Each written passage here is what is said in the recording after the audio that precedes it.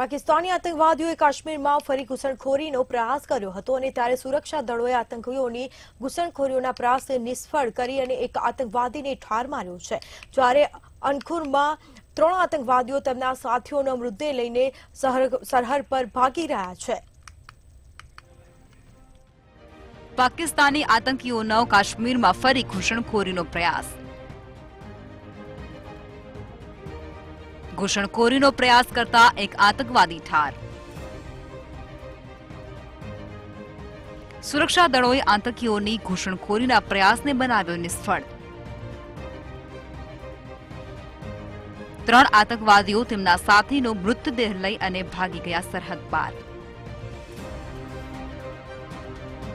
ભારતીય સેનાની white night કોરે સોશિયલ મીડિયા પર આપી માહિતી।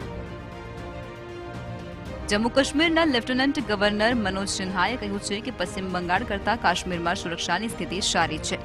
આ વચ્ચે પાકિસ્તાનના આતંકીઓએ ફરી એકવાર જમ્મુ કાશ્મીરમાં ઘૂસણખોરીનો પ્રયાસ કર્યો હતો, જેને સુરક્ષા દળોએ નિષ્ફળ બનાવ્યો હતો।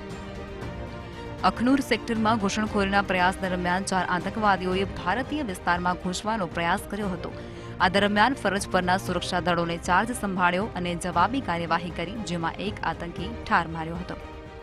બાકીના 3 આતંકીઓએ તેમના સાથીનો મૃતદેહ લઈ અને સરહદ પાર ભાગી ગયા હતા। ભારતીય સેનાના વ્હાઇટ નાઇટ કોરે પોતાના સોશિયલ મીડિયા એક્સ એકાઉન્ટ પર પોસ્ટ કરી અને લખ્યું છે કે ખોર અને અખનૂરના આઈબી સેક્ટરમાં ઘૂસણખોરીનો પ્રયાસ નિષ્ફળ નીવડ્યો હતો। મોડી રાત્રે 4 આતંકવાદીઓની શંકાસ્પદ પ્રવૃત્તિ તેમના સર્વેલન્સ સાધનો દ્વારા જોવામાં આવી હતી, જેને લઈ અને ગોળીબાર કરવામાં આવ્યો હતો। આતંકીઓએ એક મૃતદેહને આંતરરાષ્ટ્રીય બોર્ડર પાર ખેંચતા જોવા મળ્યા હતા। ब्यूरो रिपोर्ट मंतव्य न्यूज।